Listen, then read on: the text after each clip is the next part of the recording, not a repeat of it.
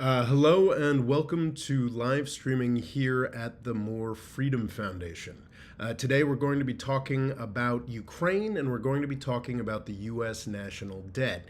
These are two topics that don't have to be directly related to each other, and welcome but to are live quickly streaming here becoming at the More directly Freedom related to each Foundation. other. Today we're going to be talking about Ukraine. Okay, that should be a little bit better.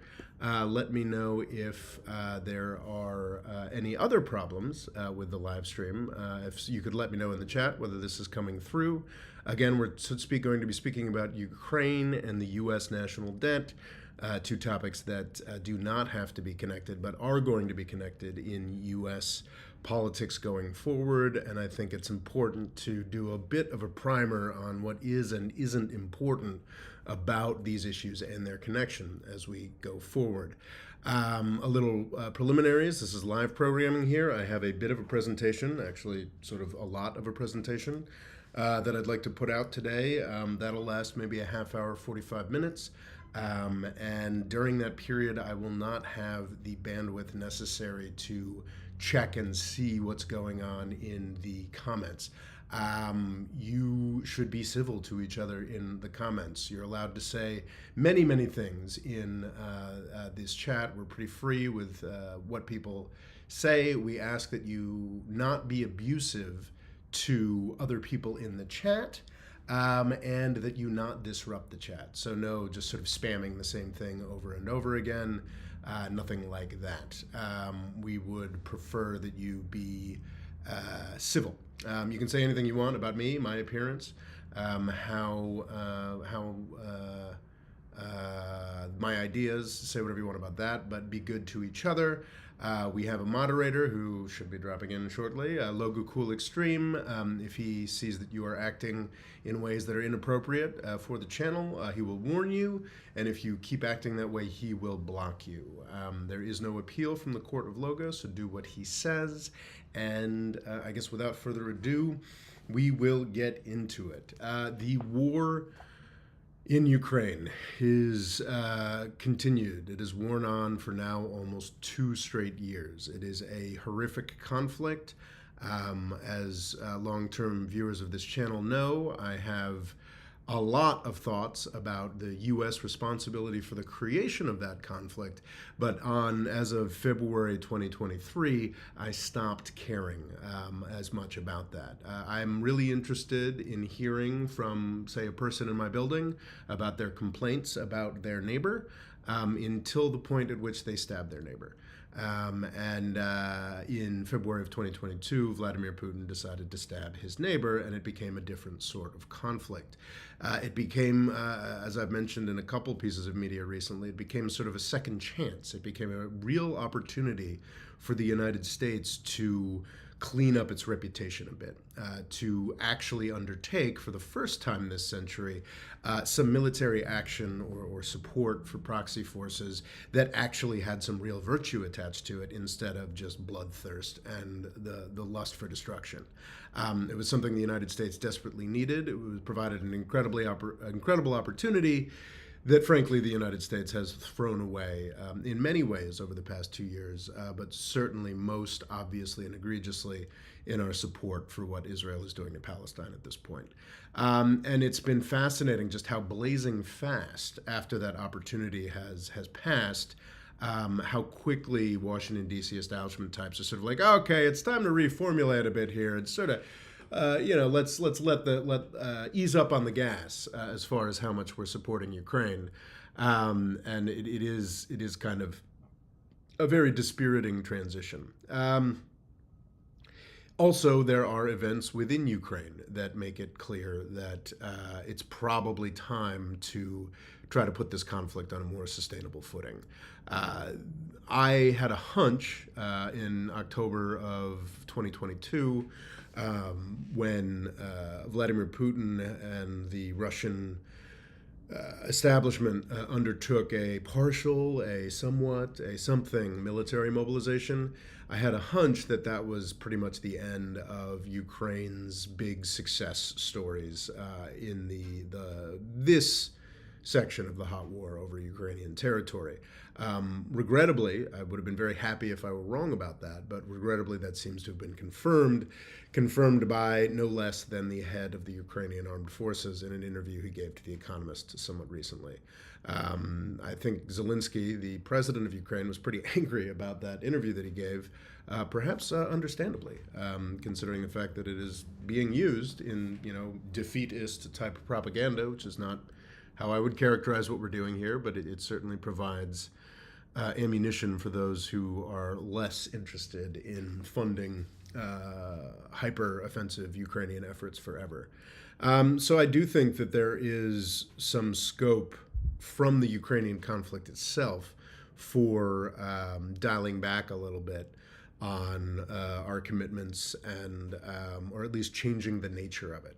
Surprisingly, in the Council of in Foreign Affairs, the periodical of the Council on Foreign Relations, there was actually a surprisingly good article simply saying that, well, what we need to do is we need to focus on helping Ukraine do defense. Enough of this, sending them new different varieties of ways to undertake offensives that are incredibly costly to Ukraine and manpower. We need to provide the kinds of weapon systems that are necessary for them to more adequately do defense and allow that Russian military mobilization to get ground up sufficiently for Russia and Putin to start wanting to sue for peace. I think we're kind of almost to the point that this would oversell it. I think there's a lot of Ukrainian politics that is still heavily committed towards we're going to take all their territory back and we're going to make it happen. But I think reality is beginning to set in with European and American fatigue with the amount of resources that are being sent and the simple fact that this much ballyhooed spring offensive has now ended somewhat unsuccessfully here in November. I think that this is a very, very different thing from talking about the arguments that we're going to hear being made, that we've been hearing being made, that the United States simply can't afford to support Ukraine at all. That the amount of money we've been sending in Ukraine is somehow sacrificing money that would have been spent on American schools or infrastructure or something along those lines, which I find it hard to refer to that argument with a straight face, as I think I've made clear.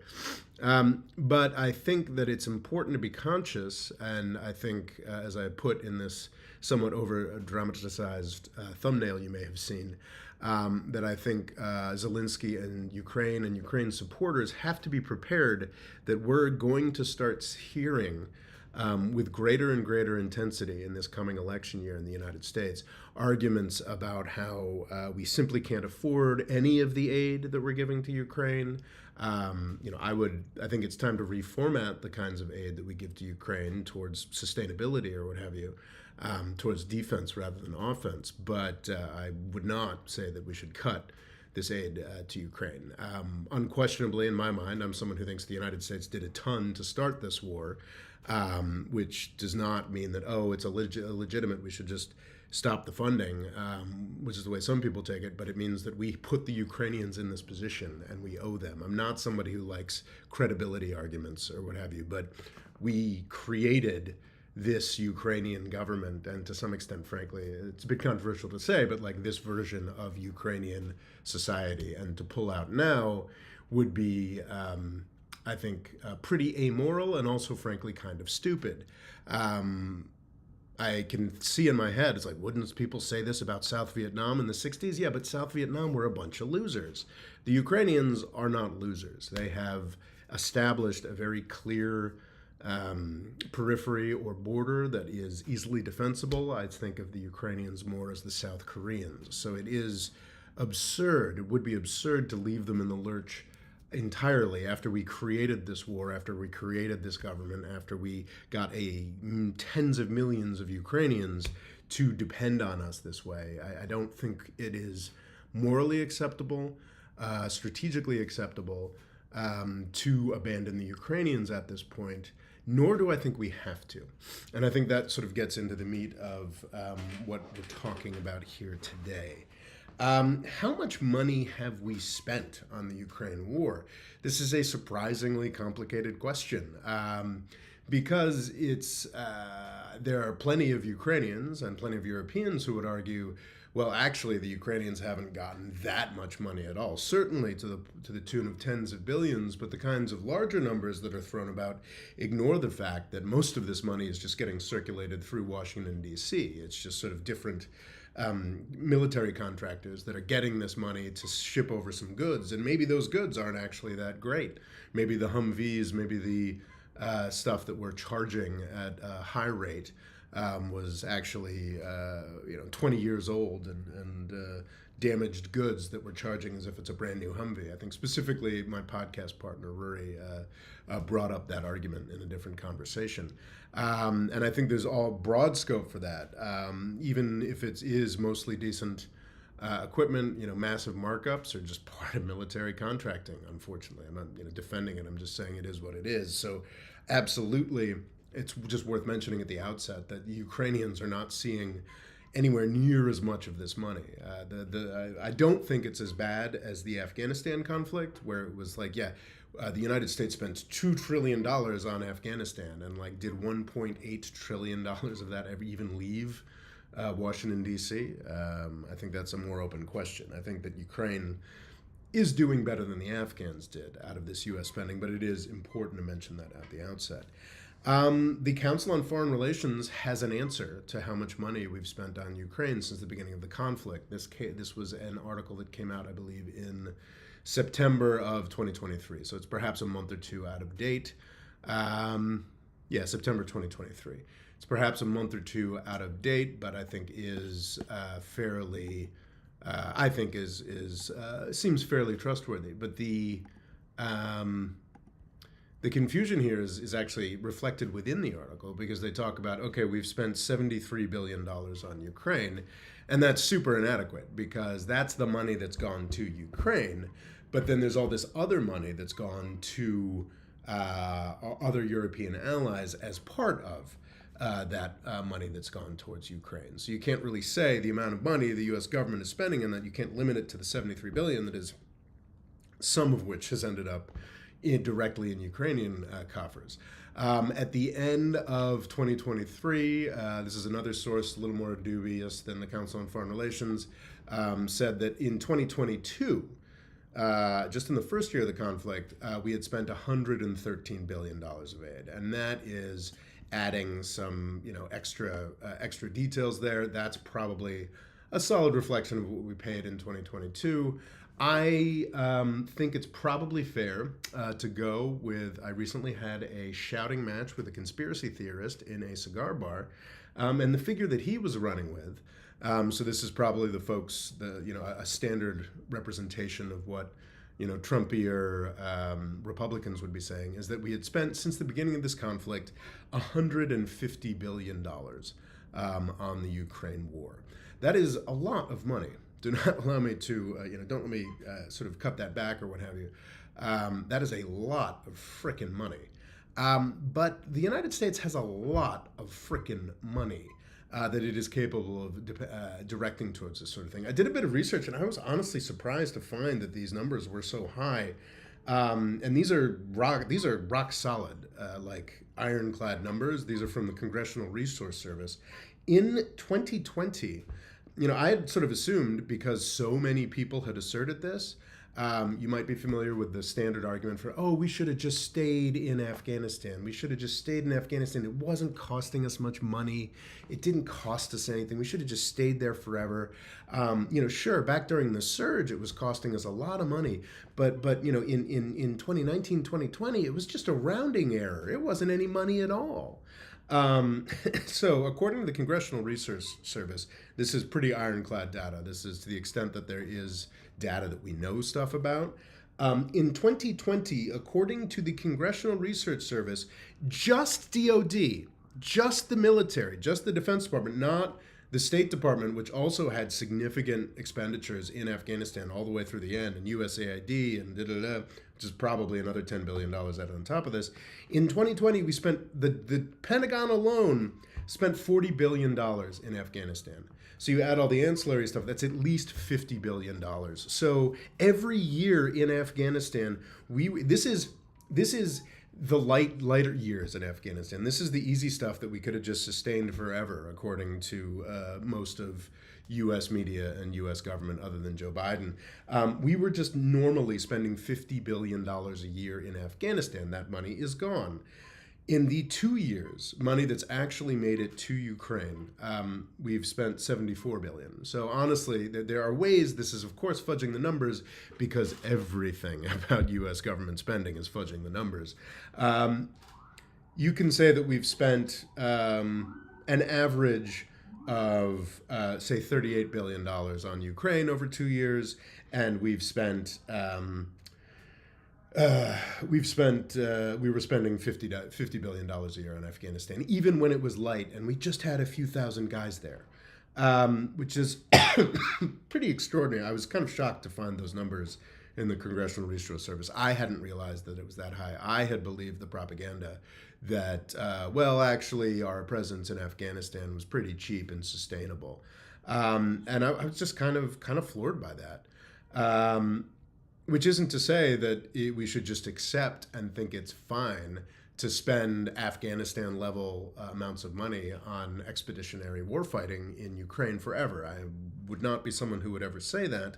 But I think it's important to note that the Ukrainians have been giving us the greatest U.S. strategic victory since, World War II? The only U.S. strategic military victory since World War II?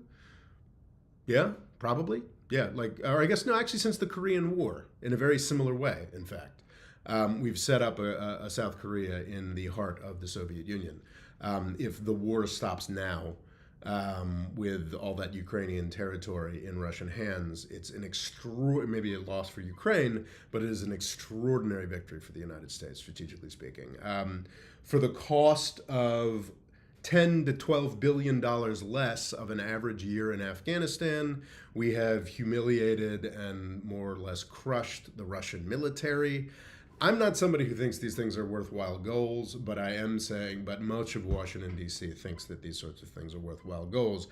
So the return on investment here with Ukraine is quite high, to say the least. And it is, we're spending, I think it's fair to say, I'm sure many people would disagree with this accounting, but there are ways to look at the numbers that indicate that we're spending dramatically less on Ukraine than we were spending on those crappy final years of Afghanistan, while the country was just sort of slipping away from us. And I think that's sort of worthwhile preliminaries, but this still is a lot of money, and so I'm sort of torn with a lot of what I'm saying today, because you have to understand the political valence. In terms of raw numbers, in terms of what the U.S. government spends, this is not a lot of money. The defense budgets, just raw, like Pentagon budgets, are now at $800 billion a year. So the Ukraine money that we're spending is like, at best, an eighth to a tenth of the U.S. defense budget. And again, it's useful defense spending that is bringing us victory, as opposed to absolutely all the other defense spending. In terms of raw terms, in terms of like what this money is costing us, delivering for us, what have you, it is historically, it's just tiny. It's not that much. However, in political valence, in recognizable large chunks of money that can be taken out of the budget, it's pretty glaring. It's pretty big. And if you are folks in Washington, D.C. who have decided for some reason that it is against your partisan interests, it is a very attractive, very large chunk of money that can be, what's the word I'm looking for here? that can be targeted.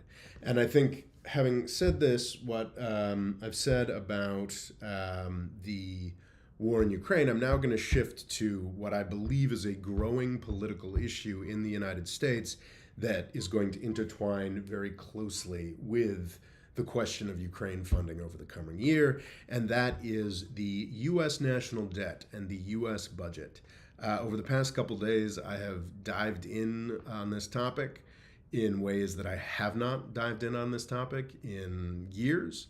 And it's kind of fascinating just sort of watching how I react to these numbers, how I look at these numbers, compared to how I did 5, 10 years ago, 15 years ago, 20 years ago, because I have been at least glancingly engaging with these numbers for 20 years, though I've taken them less and less seriously in recent years.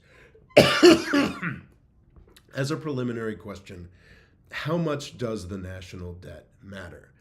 I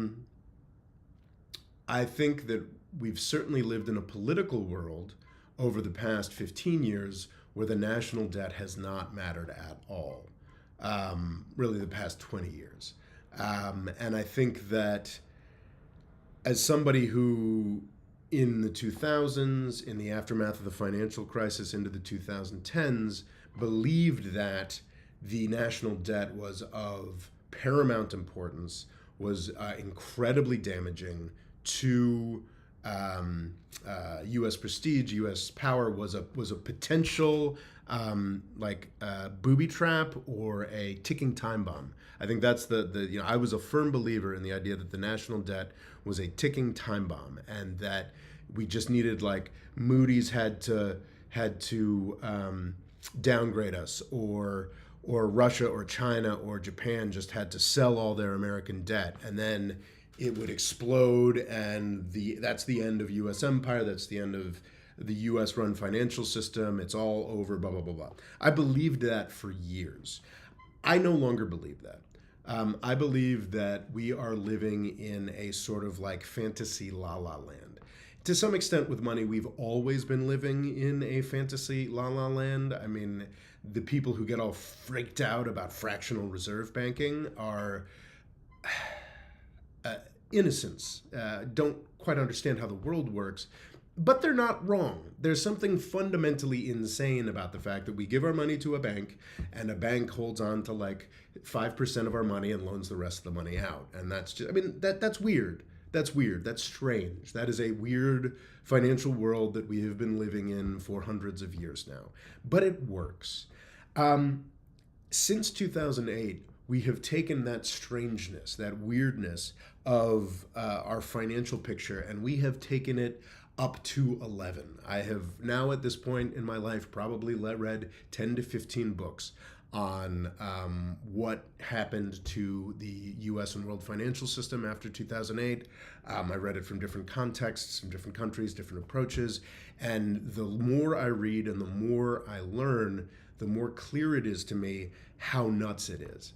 And I'm here to tell you that I was wrong, and that no, the U.S. national debt is not some ticking time bomb, something where you just flip a switch and everything's going to explode and the U.S. government is over.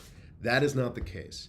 It does not, however, and I think that's a realization that really everyone in our political system has come to, even though they'll be dishonest about it, and most economists and most of our commentary class has come to, essentially since Donald Trump came to power. Throughout the Obama administration, there was, even though we were already living in fantasy land in terms of Federal Reserve actions, in terms of the U.S. economy, this, that, and the other thing, there were real efforts to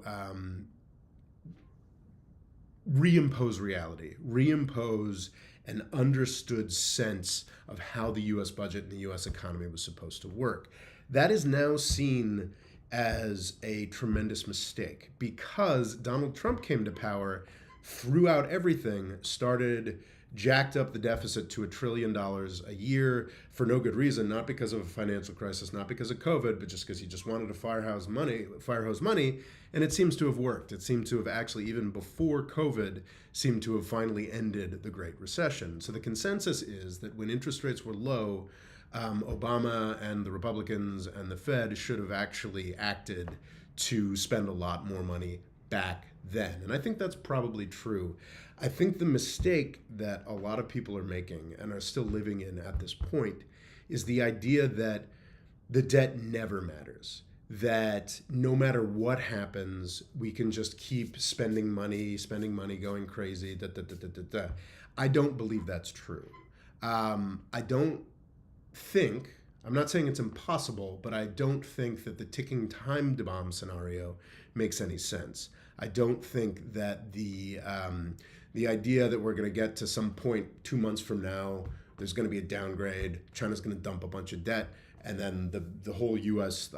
Thing explodes. I used to think that was a real possibility. There's a ton of people in the sort of geopolitics discussion space that still believe that sort of thing is possible. That's really the whole rationale that's left for crypto, is that something like that is possible. I'm not saying that's impossible, but I spent much of my 30s expecting it, and it did not happen. So I have less likelihood. What I do think is happening that is a real problem that is going to be exacerbated by the situation I'm about to start describing is the complete lack of a shared reality for budgets and finance and what this allows to happen. It means that nobody's in charge. We don't have rules. We just have the God King in charge of the Federal Reserve, who probably has the capacity to fix any of these strange problems that might crop up. But it's not a democratic place to be. It's not a sustainable long-term place to be. And I think what's going to happen over the next year or so is this is going to become, through large numbers, is going to become very, very clear. And I think there's going to be my instinct when I started looking at this a couple months ago was to be like on the space of like the Democrats who were so angry. It's like, yeah, we tried to balance the budgets during Obama and we got fucked for it. And we, that's what brought Donald Trump to power. And no, we should get out of our way. We should be able to spend whatever we want. No, I don't think that's the right instinct, especially if we want to keep being able to sustainably fund Ukraine. I think the time to start thinking seriously about the budget and deficits and like reestablishing shared reality is now. I think it actually is an important thing to do. Just let me be clear, I don't think we have to cut Social Security and Medicare one iota. I think there are a million other things that we can do to begin to reimpose reality. But I do think we have to start taking the budget a little more seriously. So as a little historical data here, the irritation of this sort of budget money is that, I was looking at a few different sources. I've got a podcast coming out on this topic in a couple weeks' time that I recorded yesterday that used a different set of historical data for the national debt. I think it depends on how you deal with inflation adjustments or what have you. But the national debt currently stands at $33 trillion. In, say, 2010, that's, I think, 13 years ago, that's a good year to pick for when I, as like a little anti-Obama, mostly Republican guy, was like, oh man, we're spending too much money. The national debt is out of control. China just has to flip a switch and we're done. That's when I believed this in 2010. When I believed that in 2010, the U.S. national debt was $14 trillion. The national debt today is $33.6 trillion. So closing in on 3 times higher than what it was in 2010. And to be clear, in 2010, most of the Obama administration was like, yeah, the national debt is something we really got to focus on. And the Obama administration focused on austerity for the duration of their period in time, bringing Donald Trump to power, who was just like, fire hose the money, and actually solved the Great Recession. And also Obama's austerity didn't seem to actually lead to any lessening of the debt, which by Trump's early time in power was around 20 trillion, up from the 14 trillion at the beginning of Obama's time in power. So national debt is a big mess, and the reason it's about to get much, much worse is interest rates. The Federal Reserve sets for the through some repo transactions that it does with too big to fail banks every day, it is able to set a federal funds rate, which is this number, more or less. And this number determines pretty much everything about the way that the U.S. economy works and the way that the world economy works. The Fed funds rate is essentially the floor on every interest rate in the world economy. It's slipping a little bit now, but U.S. government debt is seen as the gold standard, the safest investment imaginable. So the money, the entity that is allowed to borrow money for the smallest amount of interest. The federal funds rate for this century has mostly hovered around zero. You look at sort of in the middle of this graph in the year 2000, interest rates were around, around 5%, sort of fairly normal for the 20th century.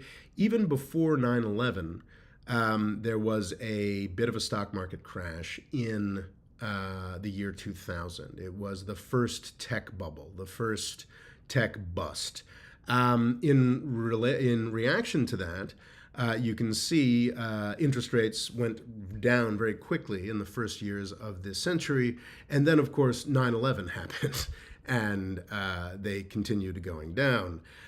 Because the somewhat worshipped guru, Alan Greenspan, was Republican, and a Republican was in power and trying to pay for a bunch of wars. Alan Greenspan, it's amazing remembering just how worshipped this guy was, kept interest rates kept interest rates really, really, really low up until it became clear that a massive historic housing bubble had been inflated. So from 2005 to 2008, there was an attempt to sort of like, oh, wait, let's bring interest rates back into line so we can pop this bubble. The bubble was popped, disorderly, leading to the great financial crisis of 2008. And from that point, the great financial crisis of 2008, that's this thickest gray bar here on the graph, interest rates stayed at about zero.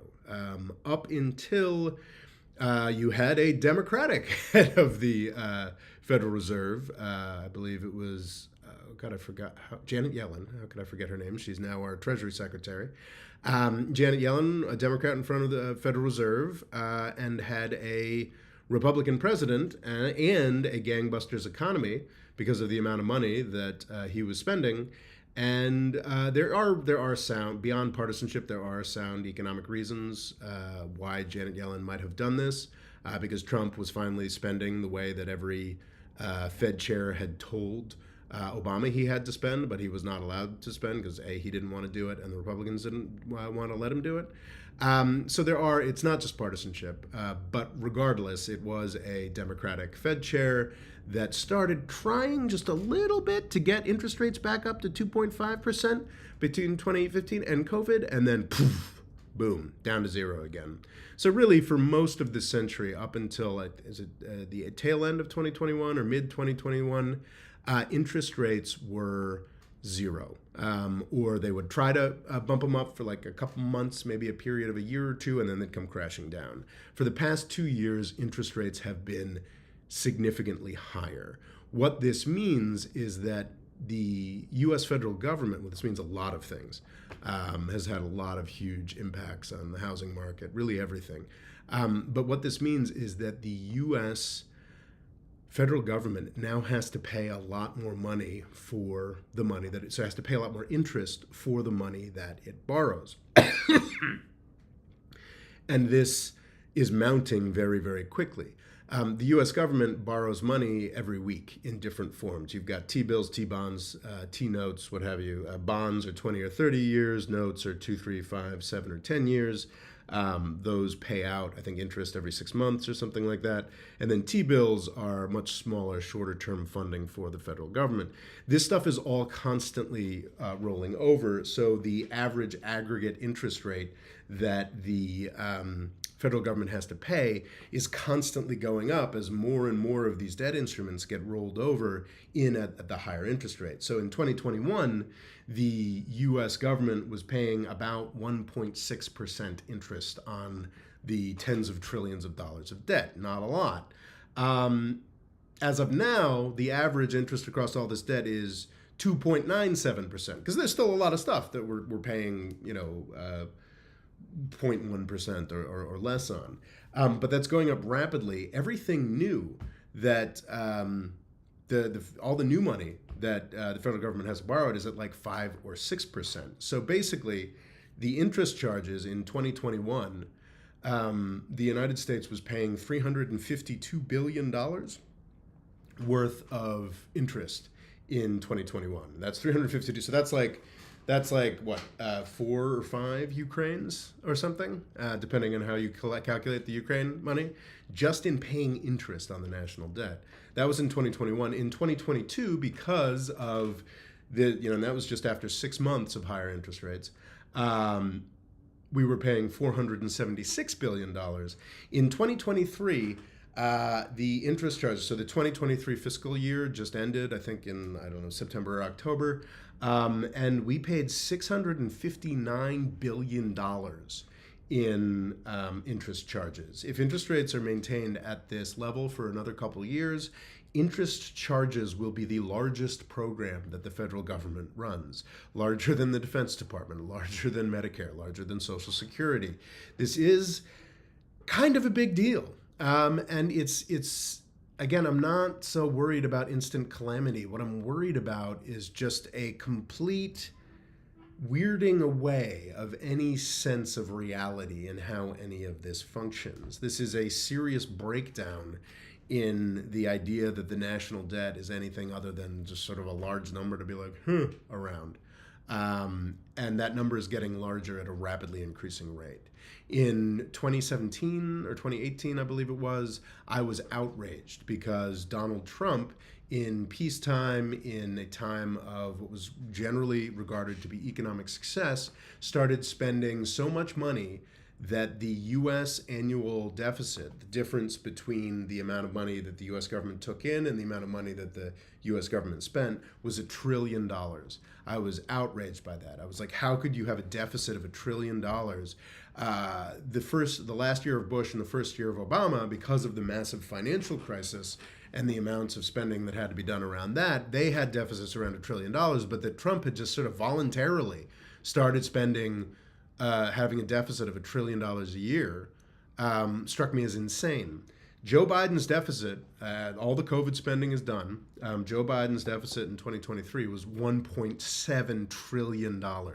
And yeah, 0.7 of that, this isn't even that much spending. This isn't Joe Biden going crazy with the spending or anything like that. This is basically Biden maintained Trump spending. That's that $1 trillion. And there's just almost $700 billion in interest charges. That's your 0.7 trillion right there. So yeah, it's the math is about to just sort of stop making sense. On Friday, November 10th, Moody's, one of the ratings agencies, I think joined Standard & Poor's, that had done this a number of months or maybe a year or two back, downgraded U.S. government debt. This was the sort of thing that I was terrified of in 2008. Oh, we get that downgrade, and then boom, it's this triggered house of cards collapse, and duh. That's not the world that we've lived in since 2008, and certainly not the world that we've lived in since 2020. Another thing that we used to worry about with national debt a lot, which was sort of like a standard argument that nobody makes anymore, was that, well, what if China just decides to dump all of its debt? What would happen then? Then the whole house of cards would fall apart. We actually kind of know what would happen. Russia, after 2014, dumped all of its U.S. debt. And it was just purchased. It wasn't a problem. Obviously, China would be a much bigger problem than Russia, but I think, as with most every other question in U.S. Finance and economics over the past 15 years, were China to decide to drop all of its debt, the Federal Reserve would buy it, and we would just sort of move on. So we haven't. The Federal Reserve actually, during the World Wars and through much of the New Deal, and the Great Depression era, actually had a kind of similar attitude to what the Federal Reserve of today has, which is just like, we're going to work with the government to solve it. And I guess in the 1950s, I think they actually call it like the big agreement or something. There's a snappier name for it. In 1950 or so, the Federal Reserve was like, no, we're not going to do this anymore. Wartime is over, depression is over. We're going to be more of an independent central bank, and we're going to set interest rates that way.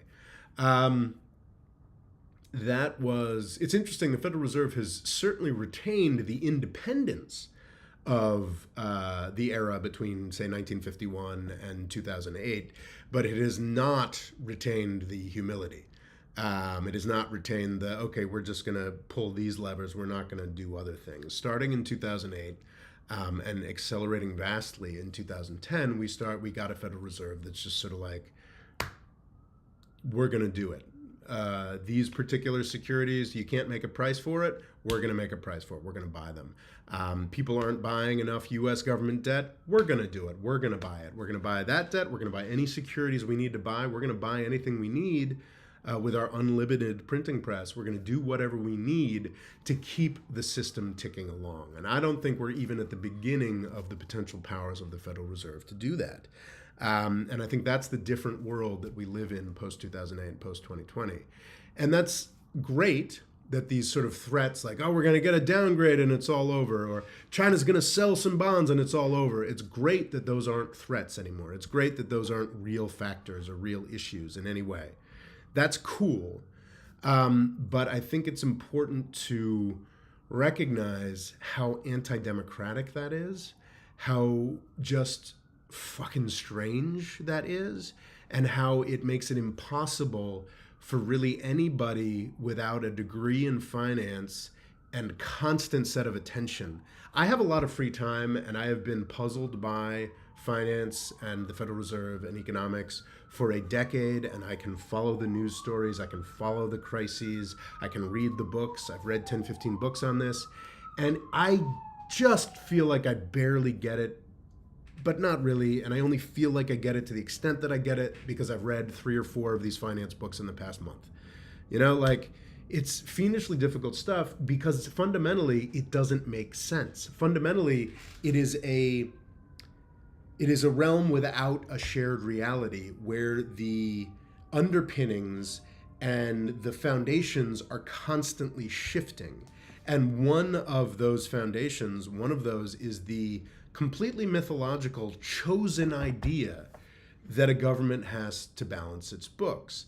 I don't think there's any question of like the United States getting to a budget surplus or a balanced budget within the next decade. But I do think that it is vital that we start getting closer. It is vital that we do things like audit the Defense Department. The Defense Department has just recently failed its 6th audit in a row. This is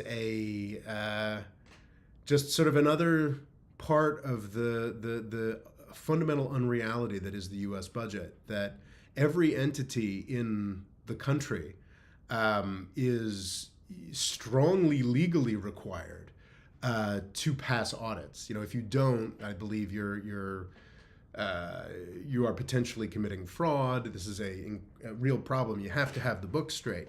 It wasn't always the case, but certainly one of the few good things about the sort of Reagan era is that every other government agency has been required to keep much more rigorous track of the money that it spends in recent decades.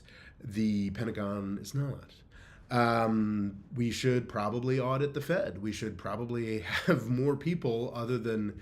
I'm not somebody who thinks we should end the Fed. I think ending the Fed would crash the world economy, especially at this point, considering the number of powers and complicated duties that the Federal Reserve has taken on to keep our sort of completely unreal financial system rolling along.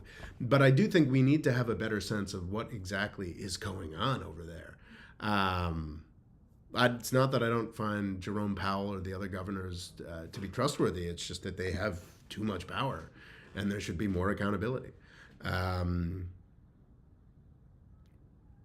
we need to start making efforts towards some kind of balanced budget, not because of a crisis, though that is absolutely a potential, but because we have no shared reality without it, and no way for the American people to say, like, hey, we should, do this better. Because I don't think there's going to be a real crisis. A real crisis would, of course, be if the Republicans successfully kept us from raising the debt limit, and all of a sudden the United States stopped taking out debt and stopped paying its obligations. That would be a serious, financial system-ending crisis. And we're reaching a point. We've already seen the new Speaker of the House and Republicans, I think they definitely backed off on this, saying stuff like, we're not gonna raise the debt ceiling without cutting all the funding to Ukraine. That's the sort of crisis, that's the sort of possibility of this unreality. And I'm not saying that the Republicans are correct that somehow paying for Ukraine is like some kind of threat to us, but I do believe the Republicans are correct to be concerned about what is happening to deficits, to be concerned about the fact that our national debt is just kind of like a magical play number that doesn't mean anything anymore. Those are real concerns, and I think rather than just point out how much vandalism or how dangerous the idea of not raising the debt ceiling would be, I think it's important because let's be clear, the Republicans are utterly incapable of ever cutting the budget themselves. They need smarter people who actually know about government to actually do the work of coming up with plans that work. That's what we saw during the Obama administration. The idea of a balanced budget, the aspiration of a balanced budget, the aspiration of a financial system that makes recognizable sense should not be exclusively a Republican talking point. Because if it is exclusively a Republican talking point, we are never going to get ever going to get any kind of real progress towards a shared reality, towards a budget that makes sense, towards basic recognizable economic facts. And this is a very real threat to Zelensky, to Ukraine. The fact that this conversation will stay so stupid. Because sooner or later somebody will notice, and it will have real impacts. And the Congress will not function, and the United States will be fine and will continue to move on and function. But nobody in the Biden administration or the Democrats is going to be say anything other than oh, that's a shame if whatever deal resolves the debt crisis of 2024 or 2025 just completely abandons the Ukrainians.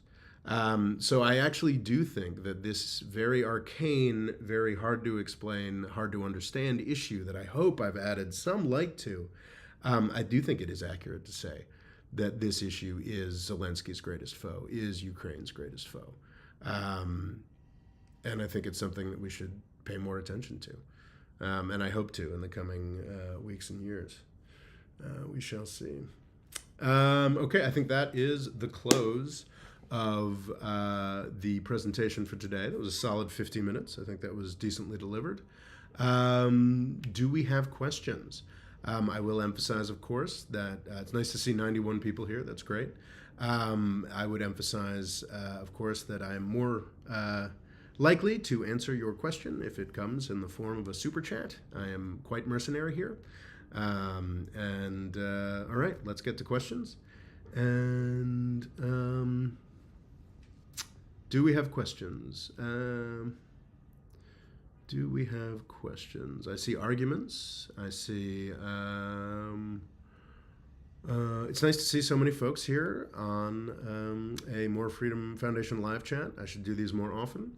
I'm doing it here in an effort to goose the algorithm one last time. I've had the best month on the More Freedom Foundation in 5 years, which is nice. I'd like to keep that going. Questions? Do we have questions? The Threadworm asks, are you a complete Viking, Mo? In fact, there is almost no Scandinavian blood in me. However, the places that I am mostly from, like Lithuania, England, Germany, are actually, of course, places that there may have been a lot of involuntarily Viking presence on my family tree, to say the least.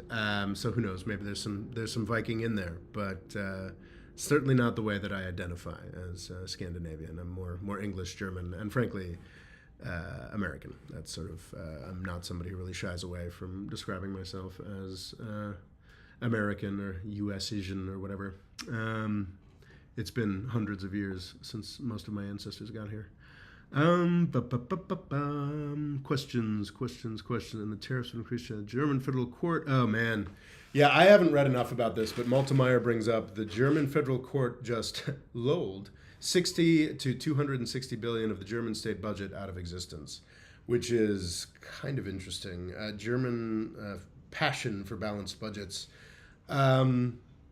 is sort of it is not something that the United States has. It is sort of an opposite extreme. The Germans are perhaps a little too rooted in their shared reality of balanced budgets and deficits and what have you, to the extent that the German federal court just got in the way of, I think, a lot of green programs, but also a lot of kind of vital energy system security stuff that the German government was trying to do. Do not have the details on that, Malta, but it's certainly worth bringing up. Local Stream asks, is Ukraine having leadership positions in the USSR discount their experience as a colony of the USSR? That's a great question. I would say no. I would say, yeah, I wouldn't say that. Yeah, that's a really interesting, fraught philosophical question. So Ukraine is absolutely being victimized by a Russian invasion that is deeply colonial. The history of Ukraine within the Russian Tsarist Empire and within the Soviet Union has deeply colonial aspects. As part of the Soviet Union's justification of retaining Ukraine, they featured a lot of Ukrainian politicians. I can't recall. I think Gorbachev had a Ukrainian grandparent or something like that.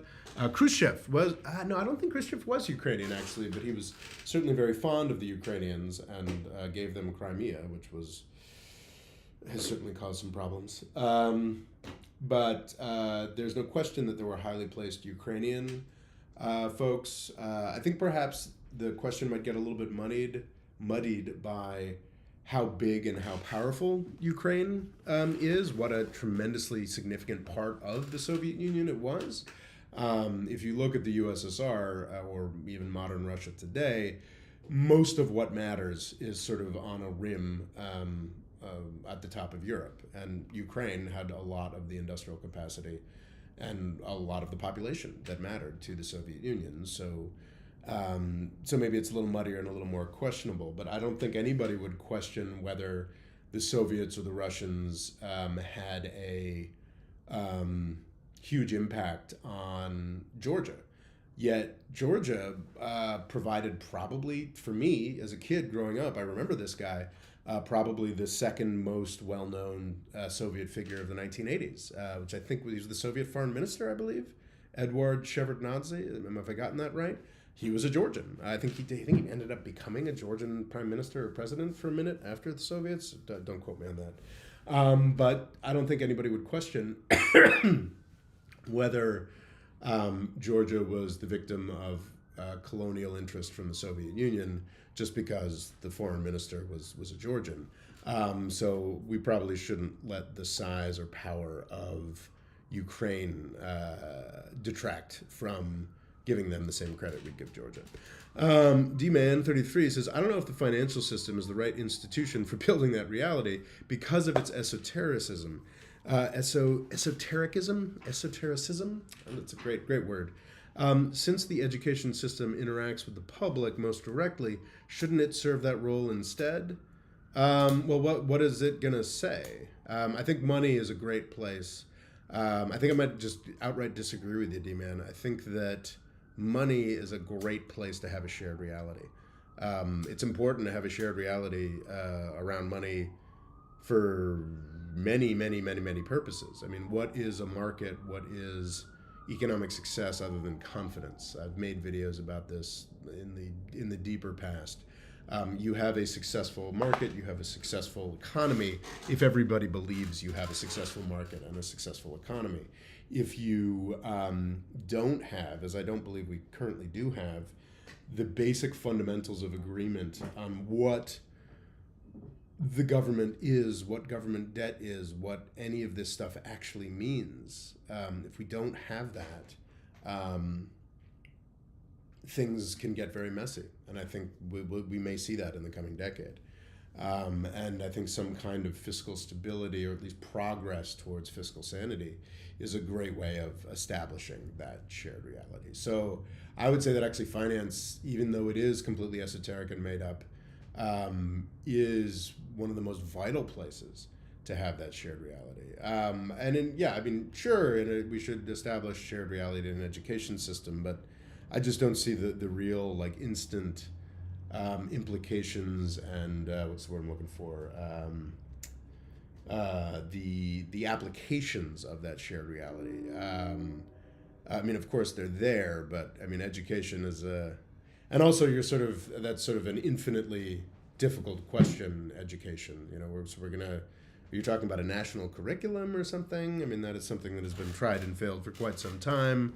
I think finance, in part because it is so top down, is a place where you actually have tools in place to maintain a shared reality.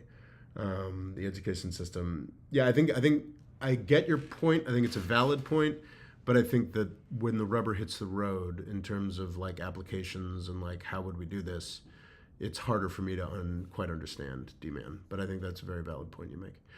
Star Pulsaro, if the U.S. does default on its debt, do you think it would give the euro an opportunity to become an alternative to the dollar?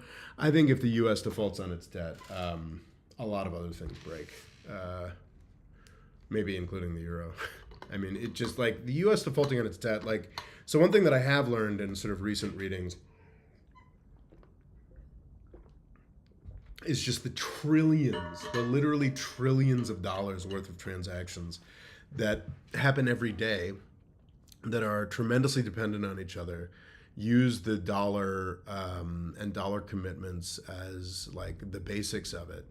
If we truly got the apocalyptic dollar result, which I think is almost impossible to get because the Federal Reserve and every central bank in the world, including Russia and Chinese central banks, would work together in great unity and immediately to make sure it didn't happen.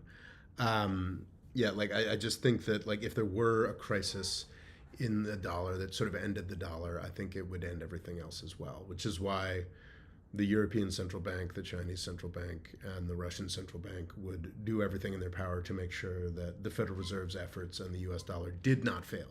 I think that the BRICS stuff, which is not particularly serious at this point, these are attempts to, within the context of a surviving system, make the euro more powerful, make the renminbi be more powerful, make the ruble more powerful. Absolutely, China, well, it depends on what China is willing to do for it at any given time, but absolutely China wants to have more aspects of U.S. Central currency or reserve currency powers, but it wants to sort of chip those away slowly and add on to them. It does not want a vast crisis because a vast crisis would blow up everybody.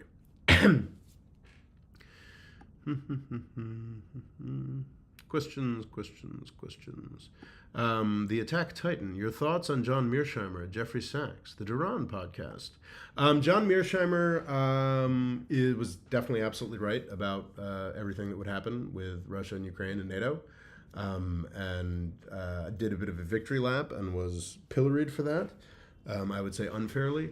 I think I talked, what was it, on was it Sean McFadden's YouTube channel recently about realism and, Mearsheimer is the real realist. And I don't actually see Mearsheimer as that real a realist, because Mearsheimer's big obsession is fighting with China. We must be prepared for China. We must be, and I don't see China as that large of a threat, frankly. I think Mearsheimer is the kind of guy who said we never should have helped China get rich, and I think that's entirely wrong. What an extraordinary opportunity for the world would have been missed if we hadn't tried to make China rich. I still think that was tremendous, tremendous success. Mearsheimer would say it was one of the biggest mistakes we've ever made. And that is not something I would agree with. Jeffrey Sachs, I don't know much about. I know a lot of people hate him. I feel like people hate him for the kinds of things that, saying stuff that I largely agree with, but I can't co-sign everything he's said. I don't know. I mean, didn't Jeffrey Sachs specifically get in trouble for saying, Israelis have really unpleasant intentions to Palestine, or is that something else? I'm just not familiar exactly with who Jeffrey Sachs is and why people hate him. But usually whenever I look into whatever controversy he's being pilloried for. Oh no, Jeffrey Sachs was the Cold War economist, shock therapy guy. That didn't go so well. But he's most famous for saying, not being pro-Assad, but being like, hey, we did some bad shit in Syria too, and that would be my position as well, right? The Duran podcast, I've tried to listen to a couple times. They, how to put this charitably, I think they put out a ton of content. Don't they do like 2 hours of stuff every week or every day or something? And they've seemed interesting enough listening to them, but I feel like if you're going to put out that level of content, you're not really putting out your own ideas. You're sort of putting out not necessarily conventional wisdom, or maybe it's more conspiratorial wisdom. And the times I tuned in, they were sort of spouting off about the oil market in ways that I found wrong. Weren't they guys after, I don't know this much about, my assumption would be that they're like vaguely Russia curious, being like, BRICS is coming, and the Bretton Woods 3 is going to all be about oil-based currencies because oil prices are going to be high forever now after the Ukraine war, and that is not what the oil prices did. And I said that was not what the oil prices would do, and I was right. But I haven't given the Duran podcast the fair shake that I should. I'm sure there's a lot of positive stuff there too, I assume. But every time I've listened to it, I've just listened to something that's obviously wrong and turned it off. Perhaps I'm being unfair, but that is, my time is valuable. I have more time and more freedom, but there's so many things I have to do. There's a book I have to write. There's things I have to understand. And that's the key thing. There are things that I have to understand, and the Duran podcast does not add to my understanding. It mostly crops up as it's two guys talking about stuff that's often wrong. To add to my understanding, I listen to a lot of finance podcasts. I like Odd Lots because they're often diving into something that they don't understand and with an actual expert. I find that's how I use my podcast hours. Or American Prestige. They are much more rabidly leftist than I am, but they just every week they try to cover all the news, the relevant news from the week in nice little chunks, and they will do updates on developing new stuff with savvy people. It's for my podcast hours, I'm just not so interested in a couple guys shooting the shit, saying stuff that they don't know much about. Was that just a description of the More Freedom Foundation podcast? No, I think we do a good job of preparing every topic, though we should probably start interviewing people. We're probably reaching the end of Robin Ruri's deep knowledge of random topics 50 episodes in. But yeah, let's see. We have. There was a super chat I missed. Where did it go? There we go. This was better than the thumbnail, says Jack Hawkins. Well, thank you, Jack. That's very kind of you. I appreciate that. I thought you might have been more of a. I don't know. I thought you might have been more of a traditional deficit hawk or something along those lines. I'm happy you liked it better than the thumbnail.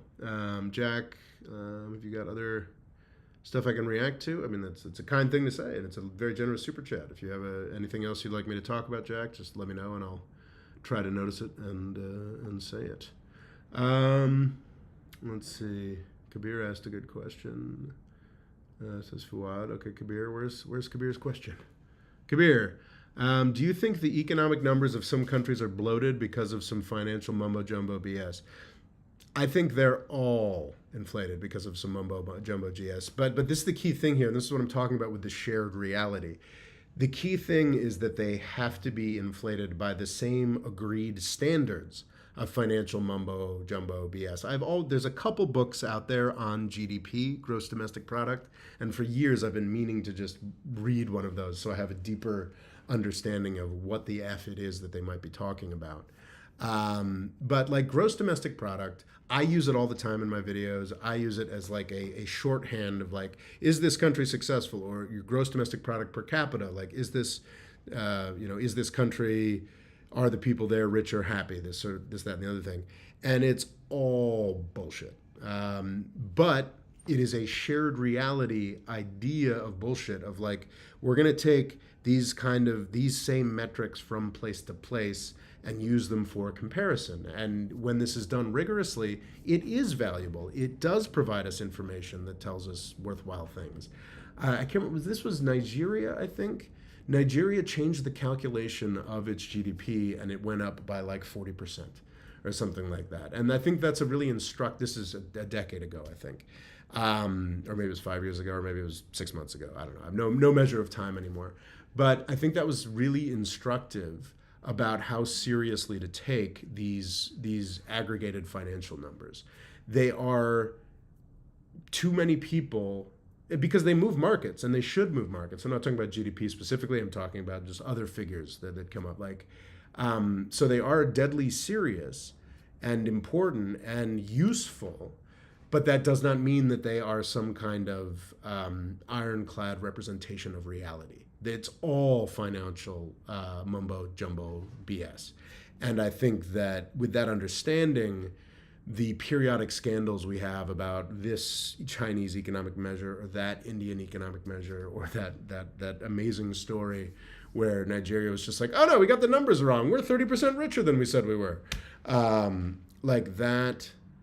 If you understand that the baseline is mumbo-jumbo BS, I think you have a better understanding of what it means, like what those scandals mean. I'm not saying that those aren't scandals. I'm not saying that India and China and other places in certain contexts haven't cheated on their numbers in ways that are inappropriate and should be condemned. They we need that shared sense of reality. We need to try to measure these things from the same context or what have you. But generally, it is, I think, worthwhile and important to have an understanding that in the back of your head that, yes, of course, it's all mumbo-jumbo BS, as you say, Kabir. I hope that's helpful. Thoughts on Argentina's dollarization, Banana Palm? I think the new Argentine president seems like a psycho. I think some of the best tweets I saw on this over the past 24 hours were just like, well, who would I vote for if inflation was 140% in my country? And yeah, he seems like a bit of a nut. I don't understand how the process of dollarization works, but I have heard from enough people who have a higher degree of financial understanding than I do that a key problem for Argentina's potential dollarization is that Argentina does not have enough dollars. So I don't know how that's going to work. Little about, is it Javier Milei? I don't know how to pronounce that and I apologize. Little about this guy gives me an indication that he has any idea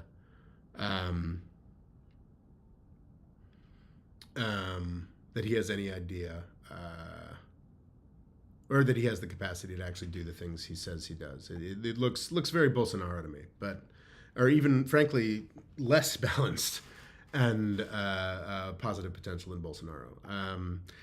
But perhaps that's unfair. Maybe he will surprise all of us to the upside. Let's see. Celicasto asks, what do you think of the Heritage Foundation's Project 2025? Do you think it's even possible to implement if Trump wins? I don't know a ton about this. My understanding is that there's a bunch of really drastic stuff. It's funny, like, and it's so what happened during the Trump administration was that he hired a bunch of worthless schmucks. He got into power and he hired a whole bunch of people that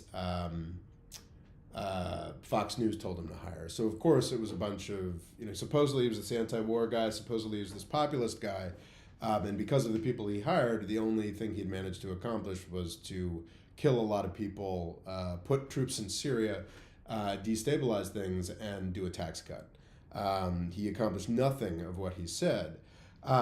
Because he hired a bunch of standard crappy Republicans. Standard leaning towards worse Republicans than normal. And the answer from the Heritage Foundation, which is, I think my understanding is it's one of the more enthusiastically Trumpy, formerly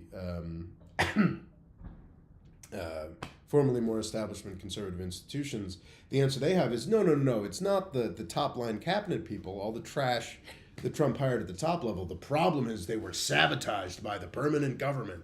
So the Heritage Foundation answer is to just fire a ton of people and make it easier to fire civil servants. And I'm not like only 90% of me thinks that's a terrible idea. Maybe there's something about that could work. Maybe there's something about the idea of like getting some fresh blood in government and kind of, we are in this period of sort of stagnation and ossification, and getting some churn there might be a good thing. But most of me is like, the government does a lot of important things, and firing everybody's probably a bad idea. Politicizing the process of hiring everybody, which is what this means in practice, is probably a bad idea. And I am dead certain, 100%, no better than I know almost anything else, that Donald Trump is not the fucking guy to make something like that work.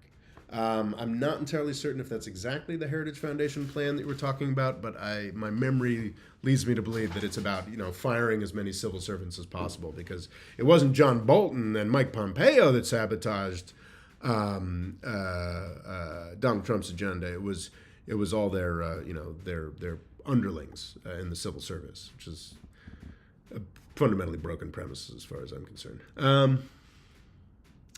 Star Pulsaro asks, do you think the debt can triple again in the next 8 years and we just chug along? Yes, I think that's totally possible.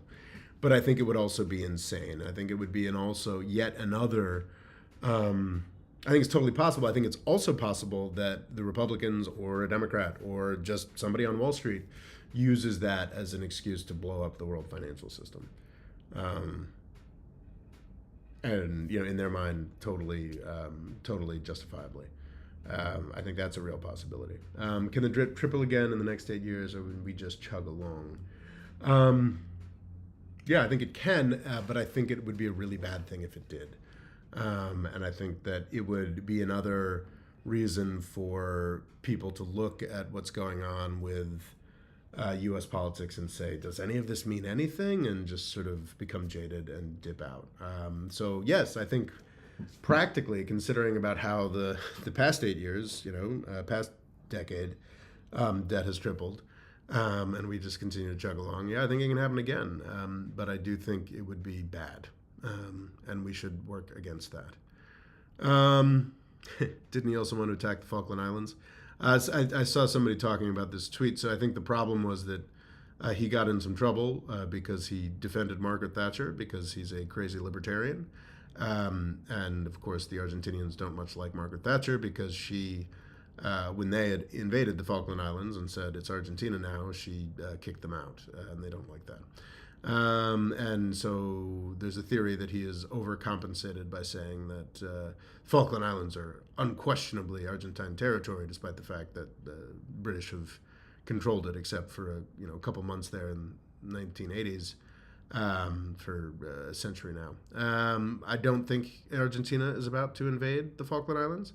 I think the covering his ass for being too nice to Margaret Thatcher is the most likely result there, but I don't know that for sure.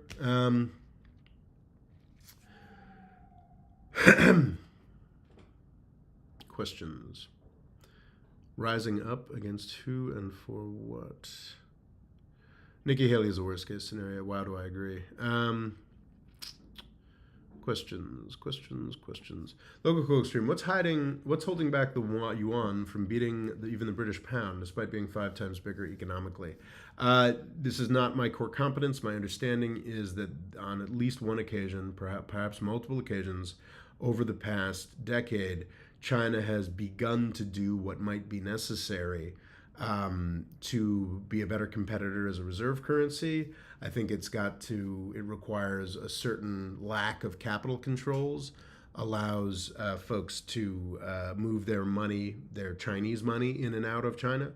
And they quickly found, after trying that the capital flight from China was way too high, much higher than they were willing to expect. Except, I think there's also a degree of allowing your currency valuation to float. I think China has basically allowing the value of your currency to do whatever markets require it to do. The United States has done this for decades. The Plaza Accords were actually an intervention against that, though, of course, the Plaza Accords were to basically get other people to stop manipulating their currency to make it cheaper than the U.S. currency. And I think China has tried and has discovered that it is unwilling to allow its currency valuation to float according to the market.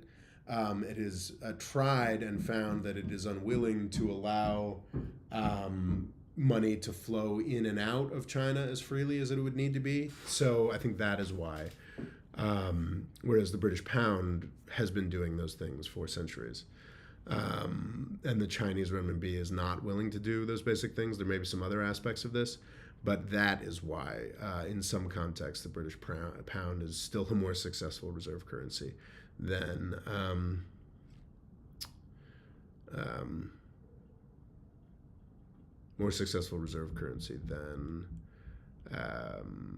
the Chinese one.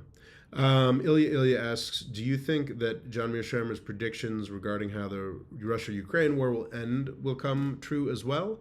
I don't know what those predictions are. But I would guess is that I think Mearsheimer was kind of wrong. He thought that Russia would be more successful against Ukraine, right? As did most, except for me. I love that I've got this video from 2019 or 2020 that said Russia can't conquer Ukraine. Which, if you dive into it, it's like a live chat, and I thought Russia couldn't conquer Ukraine. I was right, but also I thought that they would actually get further than they did. But still, the title says Russia can't conquer Ukraine, so I feel good about that. But most people thought that Russia would conquer Ukraine, and I would assume that Mearsheimer still has this assumption of Russian power. I think that a South Korea result seems pretty likely at this point. And again, a strategic victory for the United States, where both Russia and Ukraine kind of lose.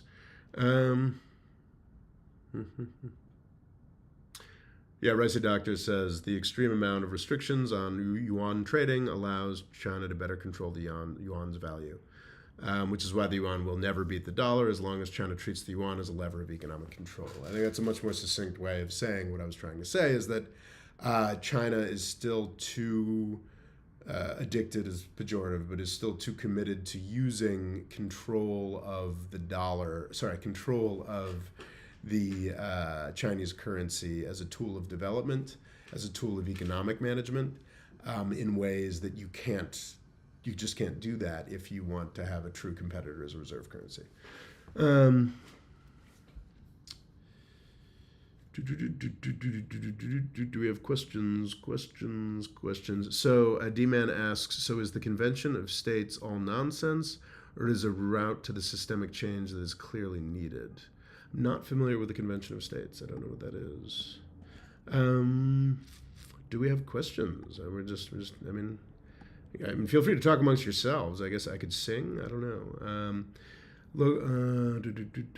What if U.S. says no more help to Ukraine? If the U.S. says no more help to Ukraine, that is a real problem for the Ukrainians.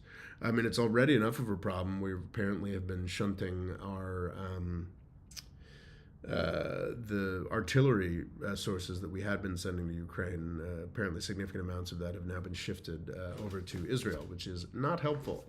I thought I should have mentioned this in the presentation. Israel is not really a competitor to Ukraine in terms of dollar amounts. It is such a small place and such a small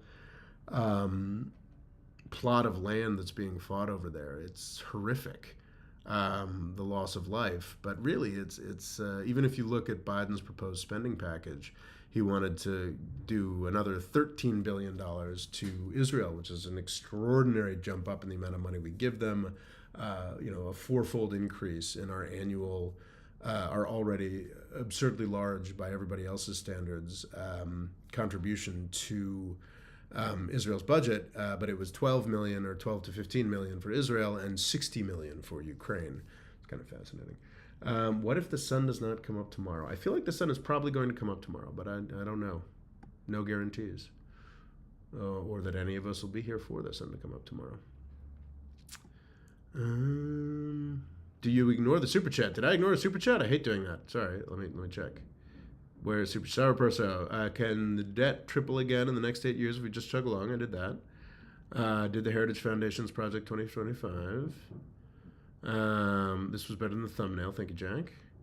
The U.S. default on its debt. Do you think this would give the euro an opportunity? Nope, did that. Yes, I'm waiting for more super chats, guys. Definitely would appreciate them. But also just questions to answer. What a question. Why does Israel need that much artillery shells? Do they fight artillery duels against Hamas? No, it's just an efficient way to kill people and destroy buildings, which are the real focus of Israel's war on Gaza.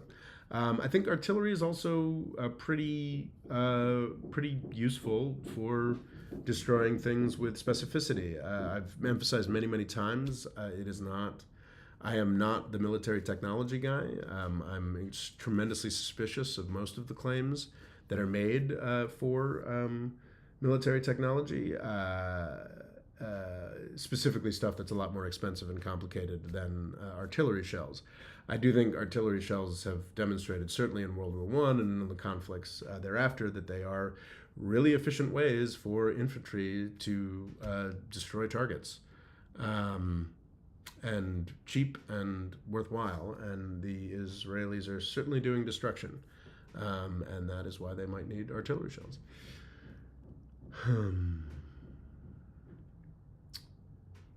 Questions. Mexico, no. What are your competencies? What are your competencies? Me? I think I read a lot of history, and I read a lot about politics, and I think I have a better picture of the world than a lot of people doing this kind of work.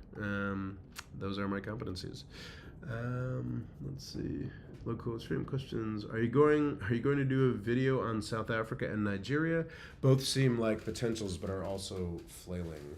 Nigeria and South Africa are countries with immense potential and immense problems.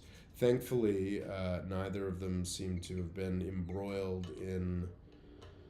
Nigeria has certainly been embroiled in conflict. It's almost Burma-like in terms of the fact that there seems to always be some kind of insurgency going on there. Of course, going back to the directly post-independence times, the war in Biafra, and now, of course, this sort of never-ending... is Boko Haram even left? I think isn't it like a different set of jihadist militias and other kinds of separatists? Nigeria is always sort of fighting in the north, but it's manages to remain being rich in the south. South Africa, of course, has a completely different history and completely different set of challenges. But I've never really been compelled to work on either of those countries. I sometimes feel like I'm kind of working my way down Africa. I think I've done a fair amount of coverage I'm proud of the whole North African Rim. I've made my way down to Ethiopia, which I'm pretty pleased with. And I've been talking for years about doing some coverage of Sudan, but I think I've definitely become knowledgeable about the conflict in Sudan. So I'm slowly working my way down. At this rate, I should probably produce a South Africa video at some point in the 2050s. So yeah, by which point I hope South Africa is doing much better. I did read an interesting article on Nigeria recently. Apparently, they've done away with their fuel subsidies, which is something that it's a pretty standard like World Bank thing to insist on because they are economically ruinous. But what's kind of interesting is the tremendous environmental emissions bonus this gave the world. Of course, at the cost of some great suffering, because everybody in Nigeria was super dependent on these fuel subsidies. But now apparently they can just switch to solar. I'm having listened to myself say that. That was just possibly the most New York elite thing that I've ever said. Well, if all these poor people can't, operate their electrical systems anymore because they can't afford fuel for the generators, but they'll use solar to get a little bit of piddling light and heat, and that's fine. So yeah, that's kind of cruel and awful. But hey, that's what we do here apparently. So yeah, I don't know enough about Nigeria or South Africa to cover them, and thankfully for South Africa, Nigeria, they haven't had conflicts that are distinct and horrible enough yet for me to feel compelled to talk about them. Lucky. D-Man says, I just keep thinking that some kind of systemic change is necessary in the United States to follow the depth of the technological changes of the past 40 years, but most of those calling for changes just want to make more money? Yeah, I think that's probably true. I think about that often myself. I think that there's, governing paradigm specifically, I think that there's so much rich culture and history of self-governance in the United States, not just showing up for elections and participating in sort of representative democracy to select our legislatures or whatnot, but just sort of local power, local participation in government. And I feel like a lot of that tradition that some hoped would be supercharged or at least facilitated or helped by technological revolutions has actually been kind of debilitated by it. It's a bit of a cliche, but I think there's some truth. It's people would rather just sort of sit home and play video games or watch Netflix or participate in other fake realities rather than going out and engaging in and improving the realities of their towns, cities, or suburbs. And I think that's a bit of a shame. And yeah, I think there does need to be kind of a large-scale shift or transition in how we focus on things. Maybe it's already happening. But it is, I agree, D-Man, that it's something we should look for. Moving beyond those paradigms, as you said. Jack Hawkins, on a scale from 1 to 10, how powerful the United States, China, Russia, India, Israel, and Japan, and other countries are to visualize the power balance between the nation's power, everything together? On a scale of 1 to 10, the United States is 10 with a bullet. China would be 5. India, Russia, and Japan would be like a 2. Israel and most other countries would be like a 1. How does that? So yeah, China, the United States 10, China 5, Russia, India, Japan 2, and most other people, 1 or 2. That makes sense to me. Yeah, I think that honestly that's probably a little generous to the Chinese to sort of put them as half as powerful as the United States. Just the sheer number of levers that the United States has to pull compared to, the growing number of levers that the Chinese have. So yeah, I'm comfortable with that. How the scale of U.S. power, United States at 10, China at 5, Russia, India, and Japan at 2, and Israel and most other countries at 1.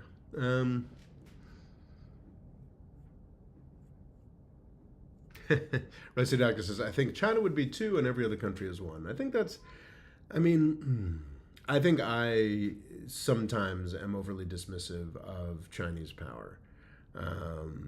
And I think to put China at a 2 and everyone else at a 1 would be pretty.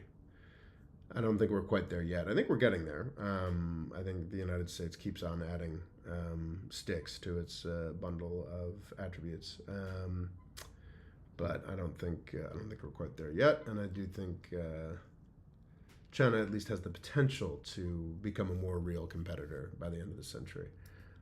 I would not say a likelihood any longer, but a possibility. Ricey Doctor says the U.S. is major leagues, China is minor leagues, and everyone else is playing in the little leagues. It's a pretty good summing up, honestly. Nothing speeds up corruption reforms like a war for survival, says Loga. It's depressing, but some truth there.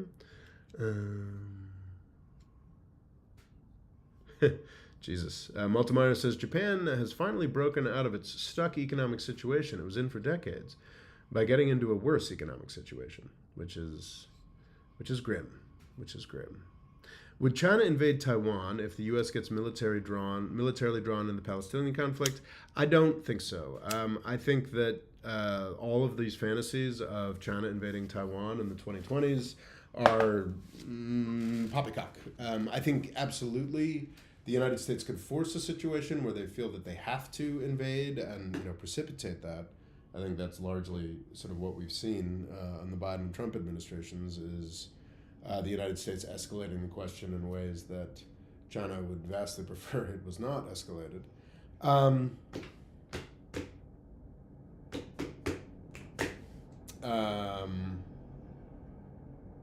But no, I don't think added U.S. participation in the Palestinian conflict would facilitate that. I think that's based on this assumption that Washington, D.C. has been putting about, which is like China's ready to go.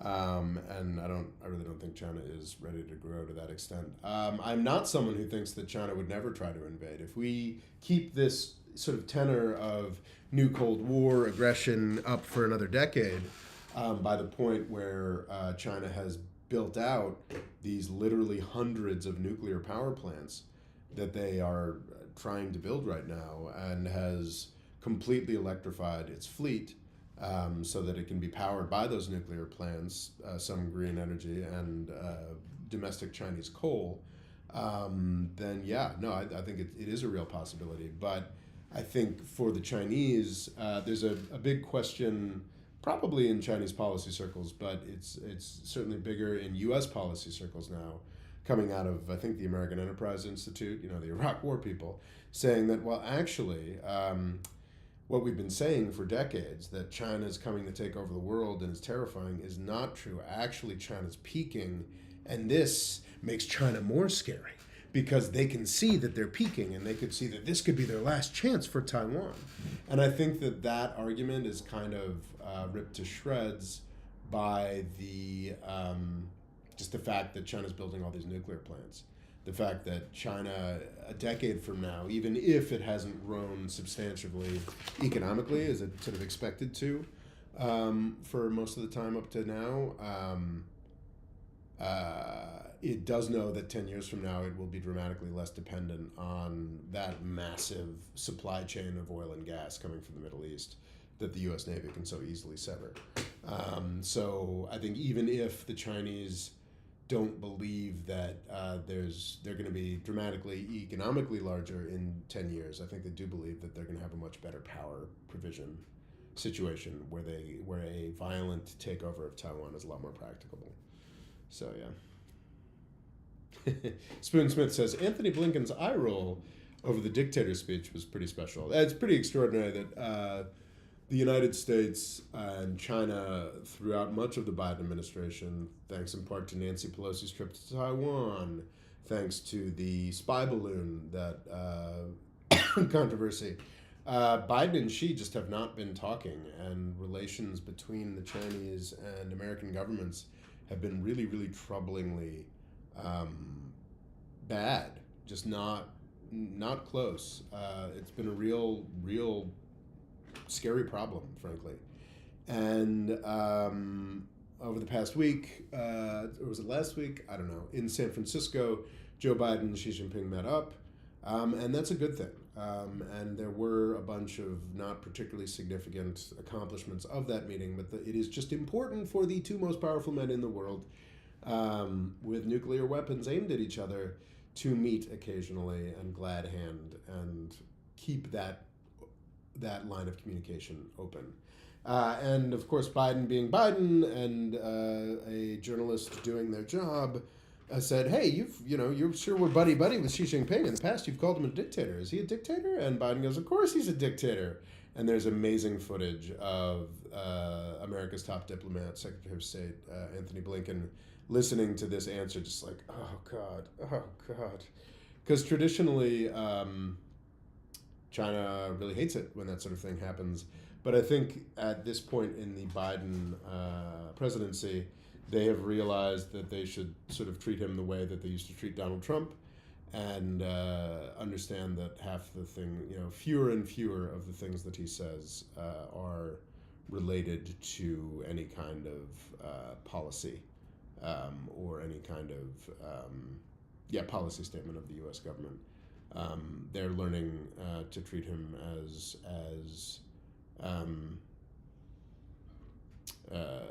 debilitated as he in fact is.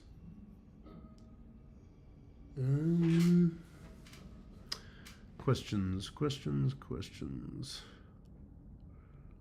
Damn, I'm late again. Well, you're here, Eskidin EED, and we're happy to see it. Eskidin EED, is that things were better in the past? Is that what you're saying? Xi Jinping is a funny name. Is it really? I don't know enough about Chinese names. BBC is trash at reporting the war. My main source is Russians and Ukrainians. Sorry, Chief, the Ukrainians don't like you. Oh, well, that's interesting. Do we have questions? Do we have super chats? What do you think of Mearsheimer's view that the rules-based international order has come to an end? Has America lost its moral legitimacy globally post-Ukraine-Israel? Yes, the United States has lost its moral legitimacy. Unfortunately, I think we're likely to lose much more because I think that what's happening in Gaza is going to get much worse and much less defensible before we stop it. But also, we should have lost moral legitimacy after the Iraq War. We should have lost moral legitimacy after what we did in Syria. We should have lost moral legitimacy after what we did in Libya. I think that there are a lot of folks who, in the United States, who have a more hopeful view of the world community and history than they should have. I think that Israel is going to continue to do horrible things, is going to do more horrible things, and the United States is not going to, do enough or anything to stop it, but is not going to distance itself far enough away from these actions as it should. And I don't think it's going to cost us. It's going to cost us some stuff. The great silver lining is that I think this whole Abraham Accords debacle, I think it really is kind of over. But as far as, this incredible delegitimization of U.S. power, I don't see it.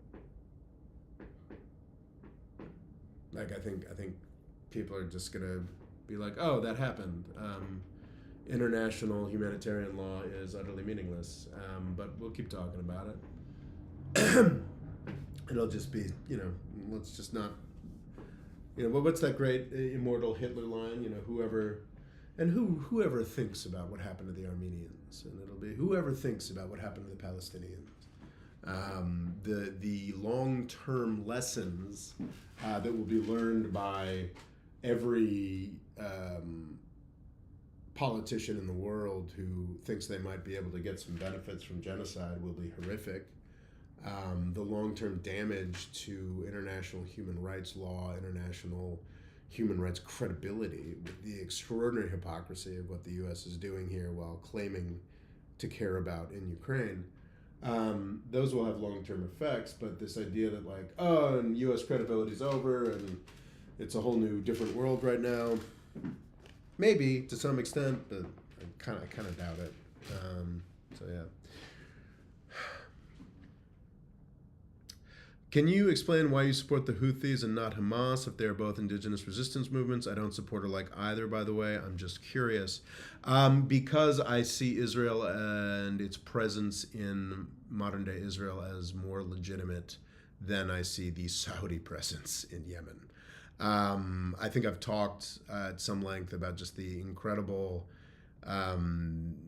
catch-22 of the existence of the state of Israel, in large part because of the Holocaust, and of course the many other crimes of World War II that we've sort of mostly forgotten now.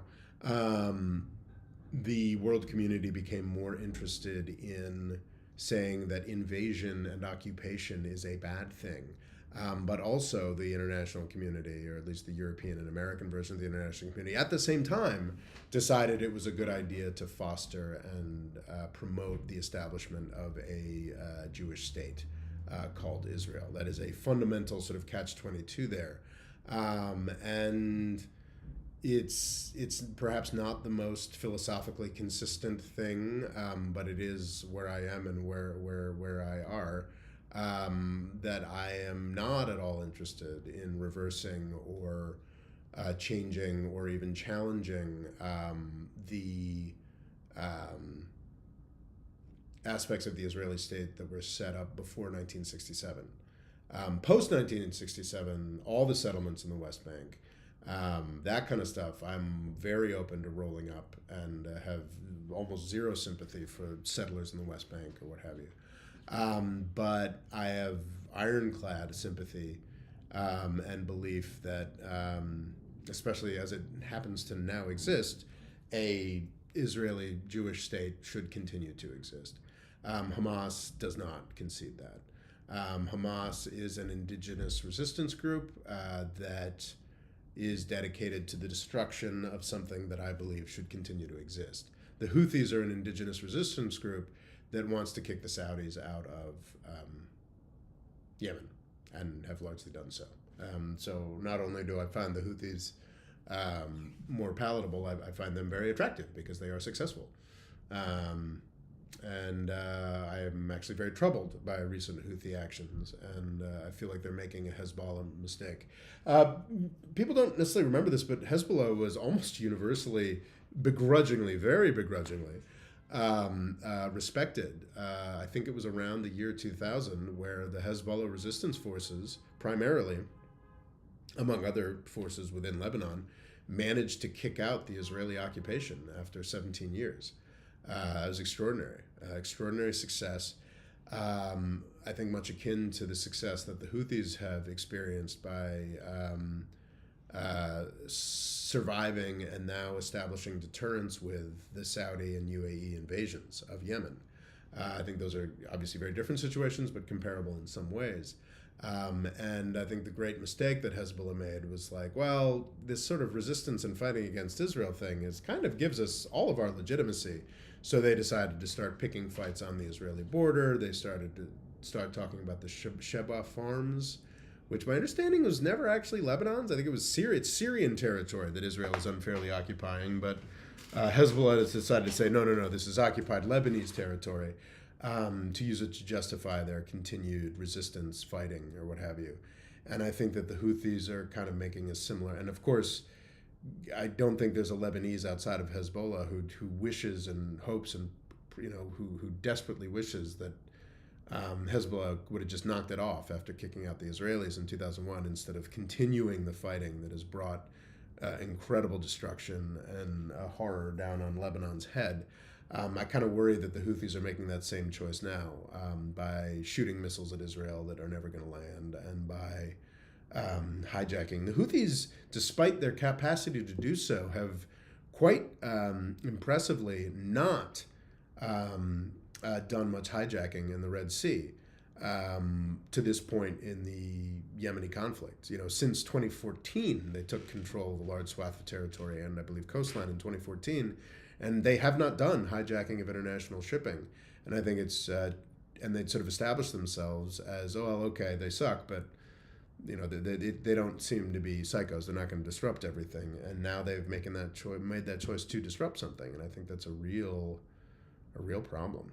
And I'm becoming less and less pleased with the Houthis, but I think that I hope that did an adequate job of answering your question. Only 15 minutes left. No more super chats, folks.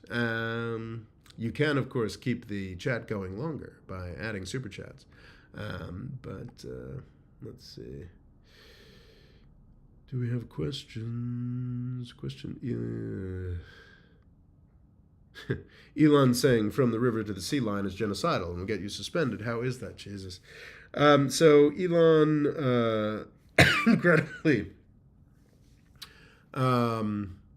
I'm not as 100% convinced of this. Of course, as an old Elon fan, I'm biased, but he liked some tweets that I think can very plausibly and appropriately be described as anti-Semitic, or he responded to some tweets. I can't recall what the exact details were.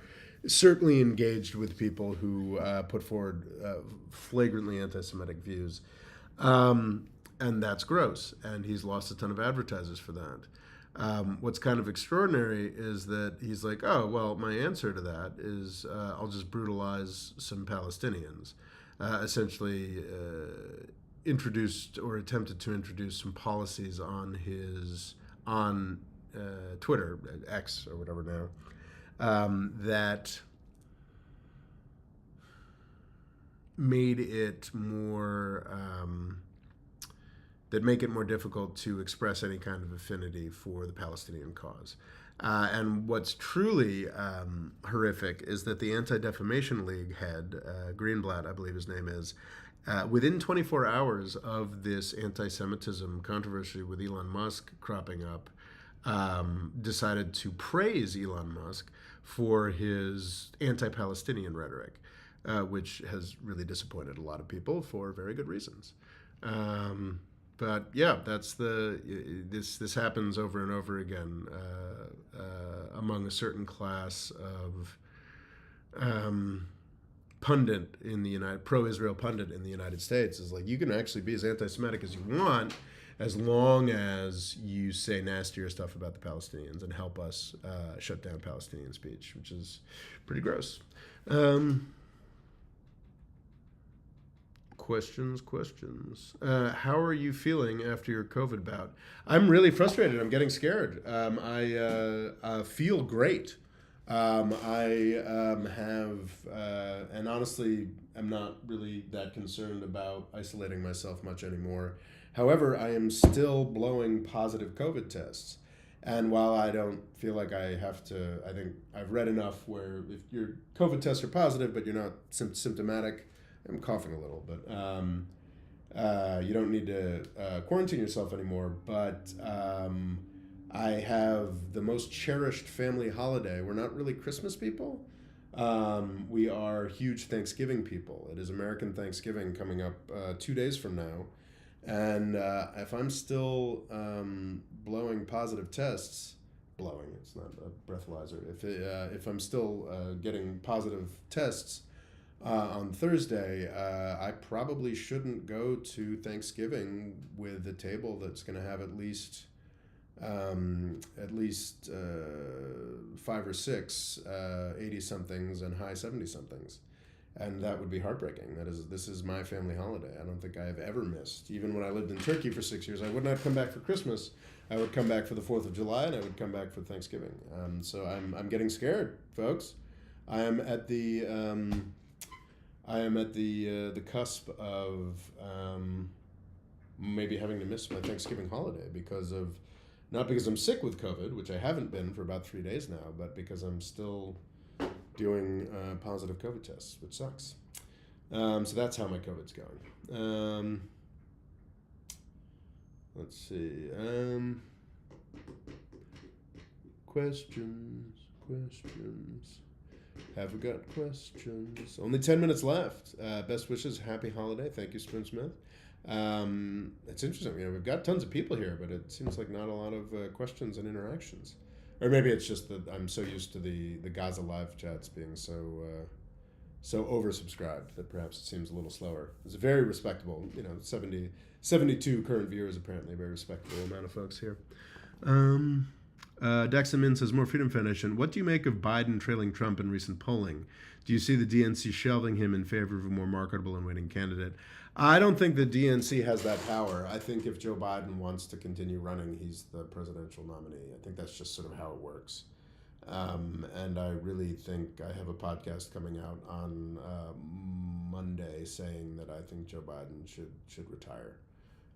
I think that there's a lot of questions about his capacity. There's a lot of questions about what he's done, and this Gaza horror is, I think, a final discrediting thing about him. That he's got to. I think he's got to step down. And it's important. Like, we need to talk about this now, not in June when he slips on a banana peel or starts trying to lick a toddler like an ice cream cone or something. A year out, there's still plenty of time to actually have a full primary process. We've convinced ourselves in recent decades in the United States that somehow, for some reason, the process of selecting a presidential candidate has to last 3 fucking years. It really doesn't. We're a full year out. There's plenty of time to organize and have a complete primary season at this point between serious rivals for the Democratic Party nomination. There are a lot of great options for the Democratic Party nomination, and I think it's idiotic that we're not doing that. Because it's really hard for me to see Biden as at all plausible or useful anymore.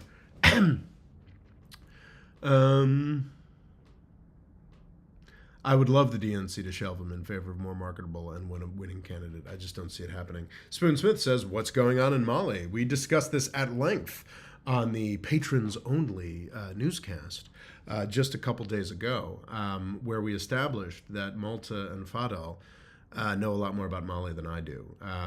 There has been what has been marketed as a great victory for the Malian government. This is embarrassing for the French and the Americans, because this is the Malian coup government that is supported to some extent by Russian Wagner forces, and this appears to be true, that they have taken a rebel capital that has been outside of Malian government control for something like a decade. What Malta and Fadel pointed out is that actually this was a conflict they didn't really need to have. They before the coup, before the Russians, there was actually a pretty good settlement between this separatist group and the government to go after jihadists. So in fact, this is not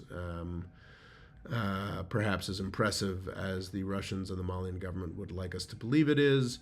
Regardless, it is a serious shift in the Malian battle space, and it does add more credibility than opponents of Russian influence in Africa would like.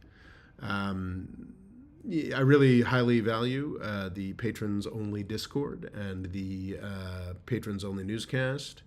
I find that it's great to and also, of course, once a month on the Discord channel, we do a just sort of chat, like a Zoom call with all the patrons. Usually usually 3 or 4 people show up to interact, 4 or 5 people show up to lurk, and occasionally intersperse a question. But that's a lot of fun too. We have a lot of fun on the Discord, which is for patrons only. So if you'd like to sign up on Patreon, we would certainly be grateful. Clorox Bleach, it's just an amazing avatar and name, has given us a super chat and said, are there any fundamental interests in Israel? I'm not sure I understand the question. Israel has a lot of fundamental interests. Are there any fundamental interests for the United States in Israel? No, of course not. But Israel is very useful to us, and it doesn't really. The United States has the leisure to commit extraordinary amounts of resources to things that are not fundamental. NATO is not fundamental to the United States. There's very little that is fundamental to U.S. interests. Very little of what we do is fundamental to U.S. interests. Does Israel? I do like this idea that Israel is some kind of democracy or provides some useful alliance to the United States in the Middle East is, of course, utter nonsense. what it is useful for is as an instability generator. We would have not sold anywhere near as many weapons in the Middle East as we have over the past 40 years without Israel.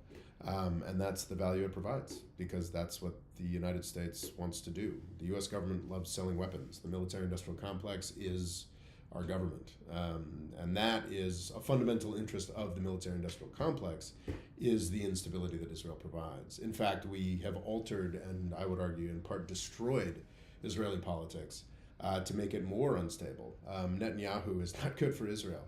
But who boy is he good for weapons companies in the United States, and that's why he's still in power.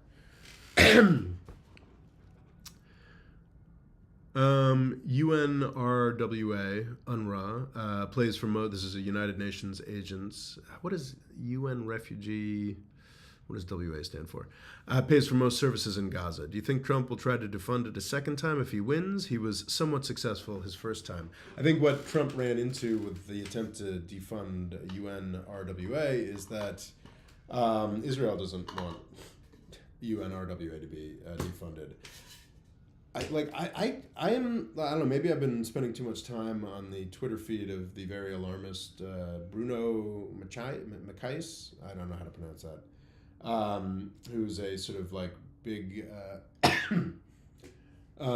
big anti-Russia guy who is actually very vanishingly consistent. The people who are huge anti-Russia, pro-Ukraine guys who are huge anti-Russian invasion and anti-Israeli invasion. There are very few who are that consistent. Bruno Macias is one of them. And maybe I'm just, he does seem to very convincingly be providing a picture of an Israeli government that is kind of all in for genocide. Of course, they're not going to be able to. I mean, it seems like some of the plans, like they want to put 2 million people onto an airport. I don't know how plausible that is. And they're going to be held back to some extent by the Biden administration from their more horrific plans. But I think in 2025, so in 14, 15 months' time, I just think there's going to be dramatically fewer Gazans in Gaza. And I think that's more what I'm thinking about rather than questions about UNRWA funding. How many Palestinians are there going to be left in 15 months? That may sound alarmist, but I think that's a real. I think that's the question that we're at, where we're at now in terms of questions that should be being asked. And yeah, I think with Netanyahu gone, with a saner Israeli government, with a more serious U.S. government approach to the conflict, then yeah, maybe that'll be something we'll be worrying about in early 2025. But yeah, if in early 2025 the main thing we're worrying about for the plight of the Palestinians is whether or not Donald Trump's going to let UNRWA fund them as much, then I think we're in a better place than I expect to be, frankly. Let me know if that sounds crazy. Do you like Ataturk? Is Erdogan as successful? I love Ataturk. I think he's very impressive. I think Erdogan is very successful. He's not as successful as Ataturk. Ataturk built a country out of not out of nothing, but out of some very defeated and disparate materials. And Erdogan has dramatically changed Ataturk's country. Erdogan is unquestionably the second most influential person in Turkish history. I think that more than most of my Turkish friends would like to concede, but more of the changes that he made will prove to be worthwhile and helpful in Turkey's long-term development than many of my Turkish friends would like to concede. But no, he will never be on the level of Ataturk. That's just not possible.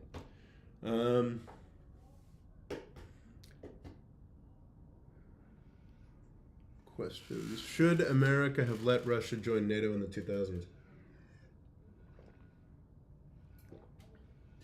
I mean, sure. I don't know. Yeah, it seems kind of like a nonsensical question to me. It just doesn't. What would NATO be if Russia was in it? The whole point of NATO is to fight Russia.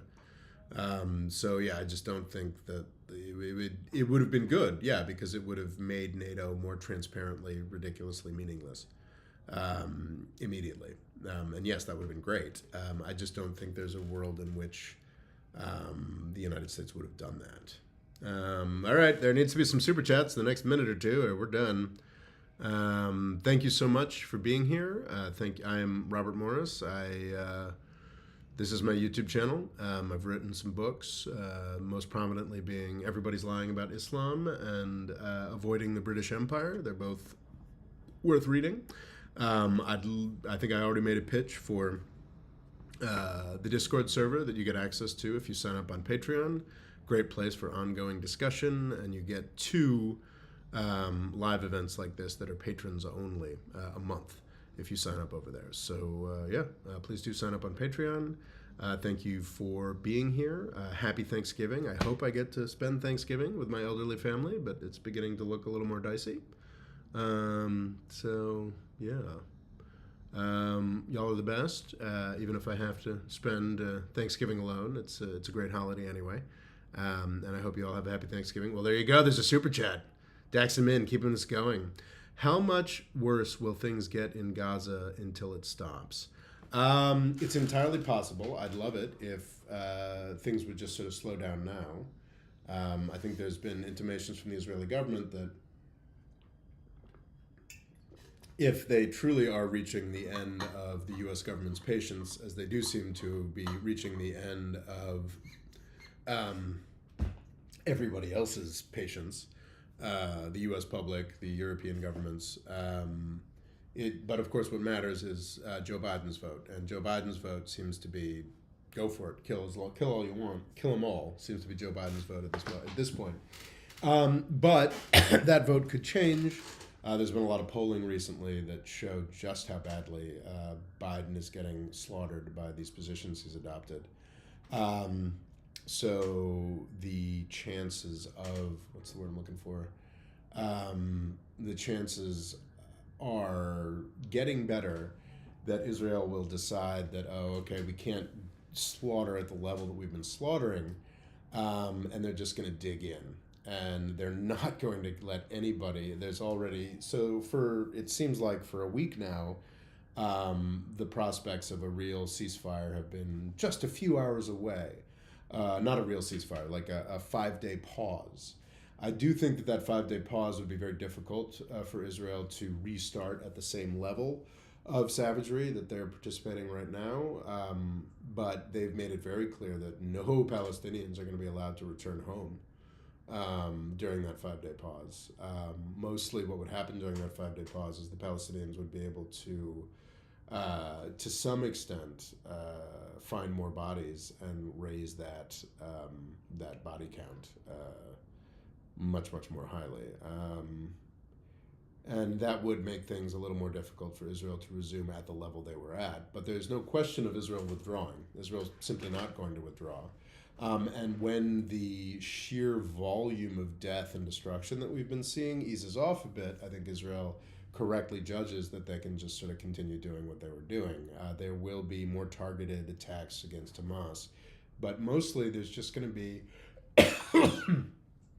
the maintenance of this level of misery, and the body count is going to stop being an Israeli bomb thing and a complete lack of medical service thing. And for humanitarian reasons, we're going to see more and more populations get ethnically cleansed from Gaza entirely, because Israel's going to maintain this really, really dark situation. Like, we'll let in, a quarter of the fuel trucks you need to actually maintain viable life. And we'll let in, maybe 70% of the food you need to maintain viable life.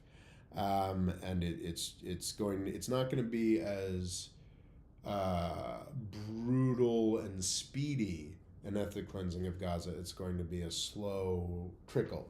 Right now, we're still doing the brutal, speedy ethnic cleansing of Gaza, and they're going to keep doing that until Biden tells them no. After Biden tells them no, with, again, the complete coverage of the U.S. government, they're just going to retain control of what they have of Gaza and slowly increase that control. Even, I don't know, maybe send in settlers already. It's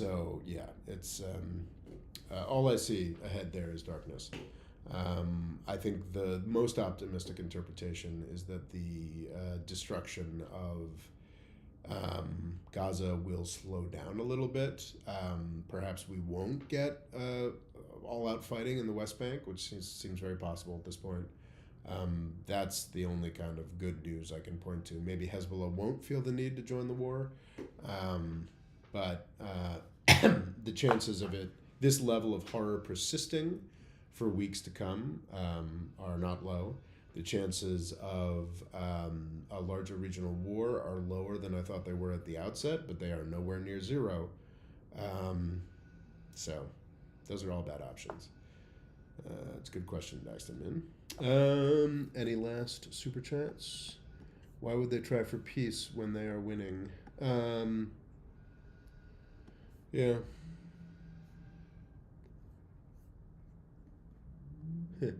Yeah, they're not going to do that, Ricey Doctor. They're not going to give all Palestinians, including those in the West Bank and Gaza, full equal rights and citizenship. That is not going to happen. All right, well, on that incredibly depressing note, which is really the only appropriate note to close it while the Gaza horror is continuing, I think that will end this month's live stream. Thank you all for being here. Thank you for being so generous with the chat revenue. And I hope if you haven't already, you'll consider signing up for my Patreon page, which is a lot of fun. All right, thank you all so much.